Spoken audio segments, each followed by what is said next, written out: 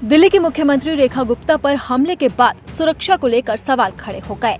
सवाल है कि आखिरकार दिल्ली के सीएम की सुरक्षा में चूक कैसे हुई, अधिकारी क्या कर रहे थे, शख्स रेखा गुप्ता के पास कैसे पहुंचा और अब तक शख्स के खिलाफ कोई कार्रवाई क्यों नहीं की गई है। इन्हीं सवालों के बीच में अब बीजेपी के दिग्गज नेताओं का बयान भी सामने आया है।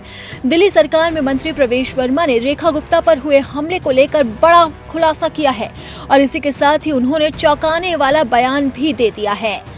पीडब्ल्यूडी मंत्री प्रवेश वर्मा ने साफ तौर पर कहा है कि रेखा गुप्ता पर हुआ हमला निंदनीय है। उन्होंने अपने सोशल मीडिया एक्स अकाउंट पर लिखा है कि अपने आवास पर जनसुनवाई के दौरान सीएम रेखा गुप्ता पर हुआ हमला बेहद निंदनीय है। ये लोकतांत्रिक मूल्यों पर किया गया सीधा प्रहार है। जनसुनवाई का कार्यक्रम लोगों से सीधे जुड़ने का माध्यम है, जहाँ जनता अपने सवाल और संदेह बिना किसी डर या बाधा के अपने मुख्यमंत्री के साथ साझा करती है। ऐसी पवित्र लोकतांत्रिक प्रक्रिया को बाधित करने की कोशिश अगर स्वीकार नहीं की जा सकती, दोषियों पर उक्त कार्रवाई की जाएगी। इसी के साथ ही उन्होंने ये भी कहा कि इस हमले में रेखा गुप्ता को हल्की चोट आई है, उनके कंधे हाथ पर चोट लगी है।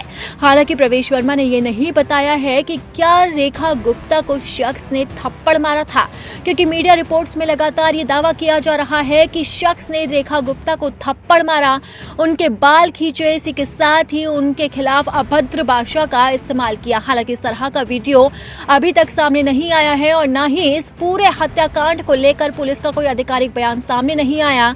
अभी दिल्ली पुलिस के बयान का इंतजार है, लेकिन उससे पहले बीजेपी के नेता लगातार अलग अलग दावे कर रहे हैं। वहीं कानून मंत्री कपिल मिश्रा ने भी इसे लेकर बड़ा बयान दिया है। कानून मंत्री कपिल मिश्रा ने कहा है कि दिल्ली की सीएम रेखा गुप्ता पर खराब नीयत और नफरत के चलते ये हमला किया गया है, जो बहुत कायराना हरकत है। दिल्ली के लोग ऐसी सोची समझी साजिश को कभी माफ नहीं करेंगे। वहीं दूसरी तरफ पर्यावरण मंत्री मजिंदर सिंह सिरसा ने कहा है कि मैं सीएम रेखा गुप्ता पर जनसुनवाई के दौरान हुए कायराना हमले की कड़े शब्दों में निंदा करता हूं। लोगों के साथ उनका निडर जुड़ाव और जनसेवा के प्रति अटूट प्रतिबद्धता विपक्ष को स्पष्ट रूप से परेशान करती है। इसी के चलते अब शर्मनाक और कायराना हरकतें की जा रही है। मैं उनकी ताकत, सुरक्षा और शीघ्र स्वस्थ होने की कामना करता हूं।